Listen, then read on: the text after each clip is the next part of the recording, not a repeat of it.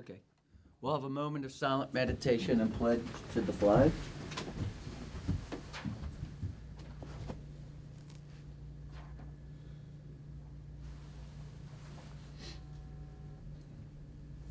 Thank you. I pledge allegiance to the flag of the United States of America and to the republic for which it stands, one nation, under God, indivisible, with liberty and justice for all.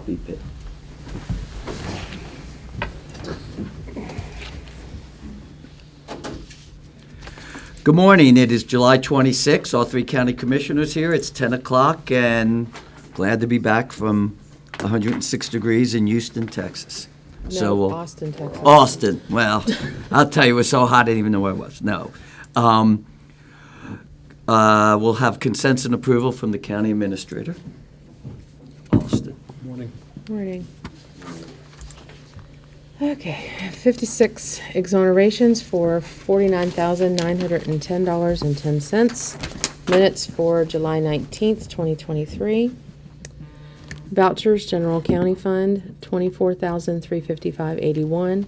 911, $25,442.56. Chestnut Ridge Park, $1,067.19. Camp Muffley, $12,955.35. Mason-Dixon Park, $8,660.75. Reallocated coal, $1,773.22. Assessor's valuation, $1,993.77. Payroll, $1,819,427.98. We have purchasing card vouchers, General County Fund, $4,678.67. 911, $219.89. Home confinement, $11,631.93. Chestnut Ridge Park, $1,102.40. Mason-Dixon Park, $86.26. ARPA, $2,052.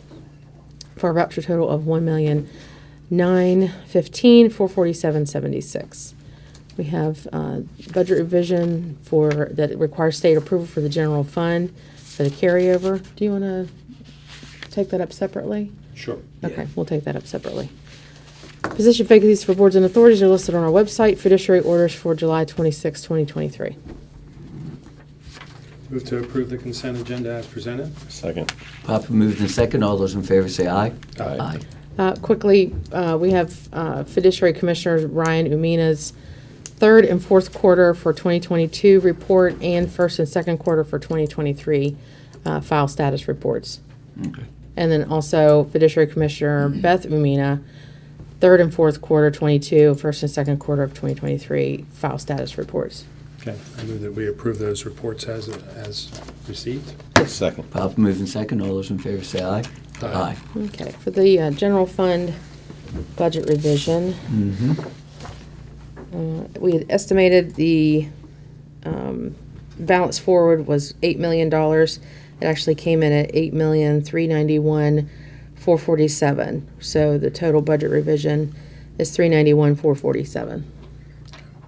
And that amount, obviously the revenue account is increased by $391,447 to accommodate that, and then the expense accounts are adjusted, and there's a listing of all the accounts that are adjusted for this revision, with the bulk of those we'll deal with in a later action in the meeting, but the bulk of those go to all the different offices, and then any residual goes to the contingency account 699.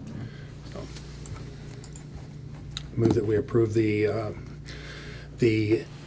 carryover from the FY23 budget and which is essentially the FY24 Fund 299 unassigned balance adjustment for FY24. Second. Papa moved in second. All those in favor say aye. Aye. Aye. Okay. Thank you. Yeah, as Sean had stated, we'll discuss that later. Okay, introduction of new employees. The sheriff is here, so let's start with the sheriff. Good morning. Good morning. Morning, Sheriff. Just right here beside me, guys, so they can see you, so they can look you up and down. I have with me to my right Hunter Smith, who I'm hiring as a part-time employee of court security. It will be effective August 1st, and part-time with no benefits. To his right will be Donald Gorby, who will be a full-time process transport. He'll start August 1st with full benefits. Move that we approve the personnel as presented. Second. Bob moved second. All those in favor say aye. Aye. Welcome. Welcome to the county. Thanks for joining in. Thank you. Thank you. Good luck and be safe. Then second, because the sheriff I'm more afraid of. Now we have the prosecuting attorney. How you doing today? I'm good. Good morning. Good morning. Morning. I have hired a new employee, part-time temporary, and because we were short on staff this morning, I just thought I'd be here to tell you about her. She begins law school in a couple weeks, and so she's going to stay with us until I can fill that position permanently and until she begins law school. Her name is Abigail Sawyer, and we're excited to have her for even a short amount of time. She was an intern prior to kind of transitioning to that temporary position until she starts school. Move that we approve the personnel as presented. Second. Bob moved in second. All those in favor say aye. Aye. Thank you. Thank you for Thank coming you. down. Thanks, kid. We have Mecca 911. Good morning. Morning. Good morning. Monongalia County Homeland Security and Emergency Management, MECA 911, has hired a new employee to fill a vacant telecommunicators position. Hannah Deely will begin her duties August 1st, 2023, and as usual, she'll need to complete our probationary period. Thank you for consideration in approving our staffing change. Move that we approve the personnel as presented. Second. Bob moved in second. All those in favor say aye. Aye. That was Thanks, Bob. impressive. The daily, I think. Yeah. Intentional trip you up. Thank you. Dog warden? Canine Adoption Center has requested Stephanie Schrout, kennel and office attendant, is full-time, $32,000 annual, effective August 1st. Move that we approve the personnel as presented. Second. Bob moved in second. All those in favor say aye. Aye. And day report center. And Justin's here, I believe. Yep. Good. Morning, Commissioners. Good morning. Good morning. I'd like to introduce to you Miranda Golden. She'll be starting today with approval of you as a part-time case aide. Move to approve the personnel as presented. Second. Bob moved in second. All those in favor say aye. Aye. Welcome. Welcome. Good luck. Yeah. Do we have any other employees that we're No, unaware of? that's it. Okay. Good. Okay, comments from the public. Is there anyone who'd like to speak before us? And they have several minutes to state your reason for speaking before us. And please state your name and address. Anyone here who would like to speak? Okay. Thank you. We'll go to Colleen, Kuhn, and grants, and there are no grants today. Let's go to correspondence. I have none. Wow. I do have one piece of Okay. correspondence that I'd like to share. This is an email from Anthony DeFelice, who's the CFO for the Health Department, that he sent out to the board members. It said, board members, as you know, some of the Mon County Health Department dental employees took the Smile Express RV to the 2023 National Scout Jamboree in Fayette County last week. I want to share the below email from the dental team leader at the Jamboree about the Mon County Health Department dental employees and Smile Express program. Dr. Kassar and the dental staff should be commended for their participation in the 2023 National Scout Jamboree and the growth of the Smile Express program.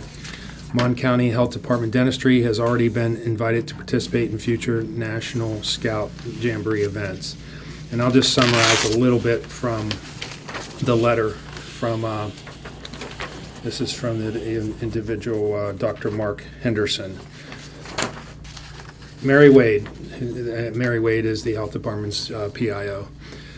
I am the BSA Jamboree Dental Team Leader. I served as a documentarian, advisor, liaison, and tour guide for the Smile Express personnel and the top 2 WD School of Dentistry deans and their 6th, 4th year dental students. Today is the 4th day of my presence on site and the end of the 3rd day of emergency patient care. In your capacity as the Public Information Officer of Monongalia County Health Department, please commend your entire dental department and the Board of Directors for their wisdom in shown in trusting each them with the Smile Express RV project. I was with the Galveston County, Texas 4Cs Clinic for 12 years, and as our director's right-hand man, we never saw such an asset. The RV is everything we hoped it would be, as the MOU has been crafted.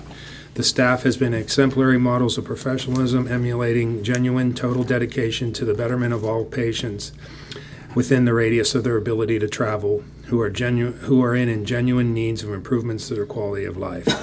The 15,000 scouting connected personnel at this 2-week event are confident their every medical, spiritual, physical, and emotional needs will be overseen with the highest quality of treatment possible, especially those who love, care, and protect the 10,285 14 to 17-year-olds becoming Eagle Scouts over the course of time. So it just goes on and talks about a little bit more about the Boy Scout program, but I did want to make sure that I shared that with the commission. Thank you. It's good to hear. Seeing no other correspondence and no unfinished business, we'll go right to new business, as was stated earlier. Consideration to approve salary adjustments in the amount of $1,500 to full-time county employees who have not already received a salary adjustment for fiscal year 2024 and who were hired prior to January 1st, 2023. I move that we approve the salary adjustments as presented. Second. Properly moved and second. Is there any discussion? Essentially, it's pretty straightforward. We had said that we were looking at our carryover in regards to salary adjustments this year. We feel that it's fairly fair. Every year I've been here, we've given the employees something, so we certainly wanted to take care of the employees that take care of us. So I'm glad that we can do something. Agreed. It's just goes to show how much we appreciate and depend on our employees, and when we can do it, we're glad to do it. There was a little bit of an uptick in the health insurance this year, so I'm glad we were still able to absorb that. The employees are sharing in that a bit, and I'm glad we could help that with this pay increase. Good. So it's been properly moved and second. All those in favor say aye. Aye. Aye. And it passes. Are there any other new business? I know it's been slow. Reports from elected officials and department supervisors. Come on down. Patrick. Good morning. Glad Good you guys morning. survived the extreme heat of out west. Just wanted to stop down this morning, and I'm sure like everybody else, we've been inundated with questions about House Bill 2526 and the personal property rebate that goes along with that. We've been doing everything we can as an office, and I know Mark's been out in the public quite a bit, trying to do what we can to spread the word on that rebate and how to take full advantage of it. We have information on our website. Mark's been on a couple different radio shows. We've had articles in the paper as well as going to, I know some senior groups and some different groups in the community been giving out some flyers from the tax office has at all of our satellites. So we've been trying to get that word out. One of the real common questions that we're getting asked that I don't really have an answer for is what if I don't have to file income taxes? How do I take advantage of that? Supposedly, the tax department is going to develop a form that people will be able to fill out and submit to get that dollar-for-dollar rebate on their personal property tax. We've also been getting some questions. Another part of that bill was a rebate for what they're calling a homestead rebate for individuals who have 90 to 100% disability from the VA. And we don't have a lot of information for that yet. The tax department hasn't put a lot out about that. But we are trying to do what we can as an office to get this word out there, and just want to remind people that this is an income tax rebate. It does not affect how they need to still file their personal property taxes with the county. And still need to file their personal property forms with our office as well. And folks can do that either by filing on paper or online. And then one other thing, just a reminder, we're still about a month out from the 1st of September, but farm forms are due by September 1st in order for people to take advantage of the farm valuation for tax year 2024. So. Patrick, I had a quick question. Sure. Last week, there was a lot of back and forth regarding value, or people were complaining that their taxes went up. Okay. And could you explain to the Yes. public, I know Ben did a good job, I think Ben wrote that article Yeah. In the paper, but just in case somebody that didn't see that, because we were getting texts that hey, your rates went up, and obviously it was in the value, the value end of the equation. Could you Yeah. explain that?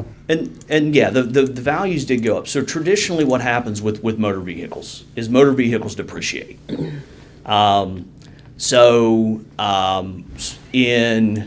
COVID hit, and I believe it was for tax year 2021, the motor vehicle values went sky high. What the governor did is a group of assessors approached the tax commissioner. The tax commissioner approached the governor, and the governor did an executive order to freeze those automobile vehicle rates at the 2020 value. So that kind of held everything in for tax year 2022. So folks didn't see a depreciation on their vehicle. They also didn't see an appreciation on their vehicle for tax year 22. So for tax year 23, the hope was that those vehicle rates would come back down to what would be I hate to use normal with living in a post-COVID world, but kind of like a new normal for what those rates were going to be. And unfortunately, they did not decrease. So the fear was if we keep kicking the can down the road, and the governor didn't want to kick the can down the road, I don't believe either.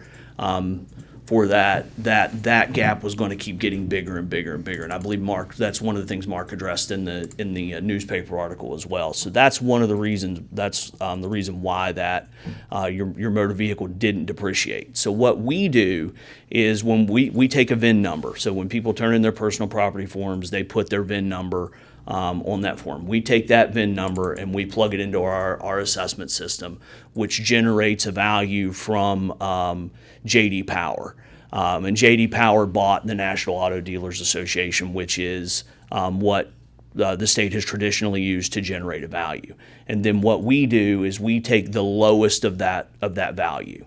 So normally I think it spits out 3 values, and I'm not sure exactly what each one of those are called, but we use the lowest value to generate an appraised value for your car, and then what individuals are then taxed on 60% of that appraised value.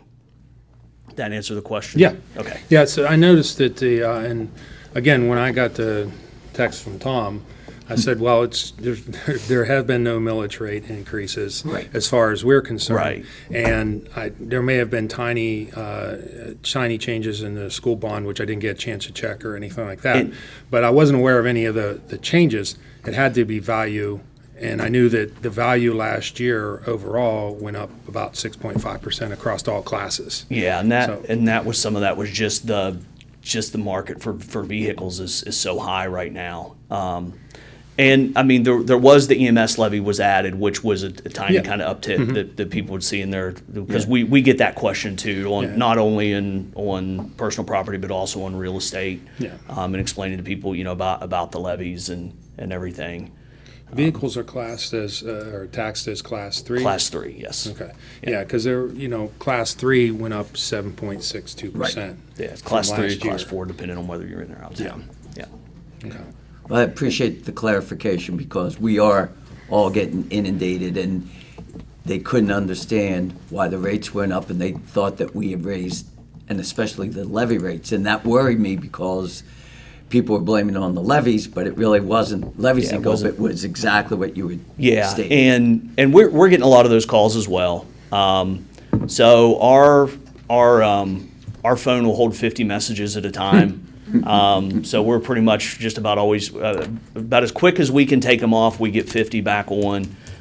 We do call everybody back. We keep a call log, a message log of all of those things. So it may take us a few days to get back to folks, but if they're trying to call our office, please be patient with us. We, not only are we, trying to answer the phone, but we're waiting on people at the counter. And we also try to help folks through email as much as we can as well. But most things we can normally handle through the phone or via email or something like that. So. Thank you. All right. Very Precise. thorough explanation. I'm not very succinct in my That's okay. explanations. Thank you very much. Thank you. Neither am I. Okay, any other elected officials? Seeing none, we will go to reports.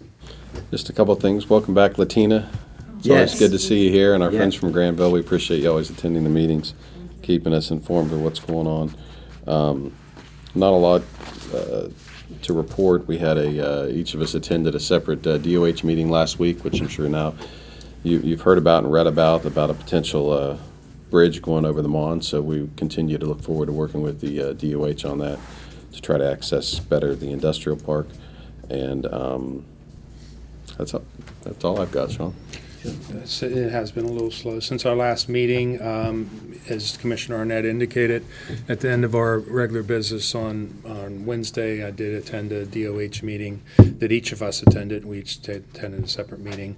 And then I had our Morgantown Area Partnership Board of Directors monthly meeting. And then after that, I had a call with our legal counsel and Westridge legal counsel to still working on some the MOU with MUB to try to get that finalized. And it was about an hour and a half long, but I think we finally have gotten to a place where we're going to get to the end.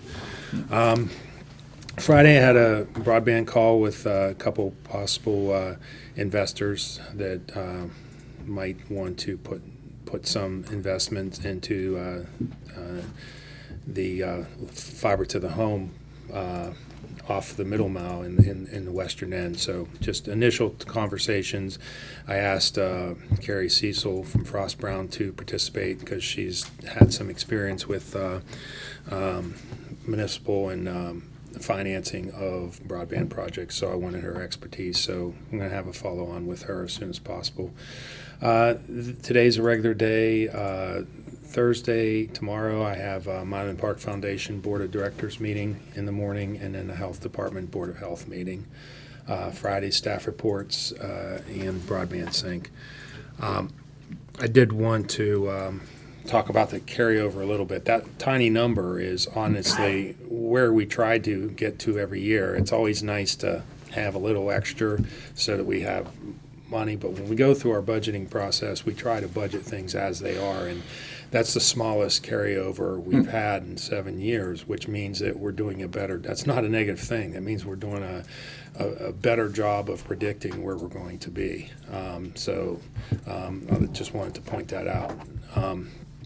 And lastly, the Smile Express. When I get things like that about Smile Express, that's probably one of the most proudest things I've ever worked on here in my tenure as commission was working on that Smile Express with the health department, helping them, the commission helping them to make that project a reality, because the people's lives that it can change, we get more return on investment to that project than anything I can think of as far as just the ability to change young kids' lives.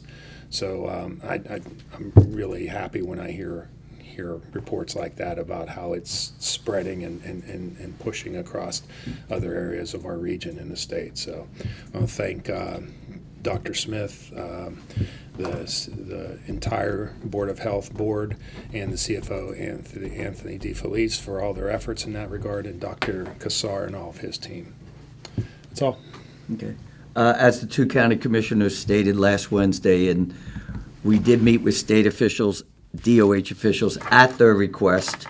They are trying to come up with a plan to move forward, another additional exit, and that's what I think we need to make it very clear that the county commissioners were adamant on, that this is not in lieu of, the bridges are not in lieu of Harmony Grove interchange, but it is actually in addition to. And the two options was just announced on the radio today.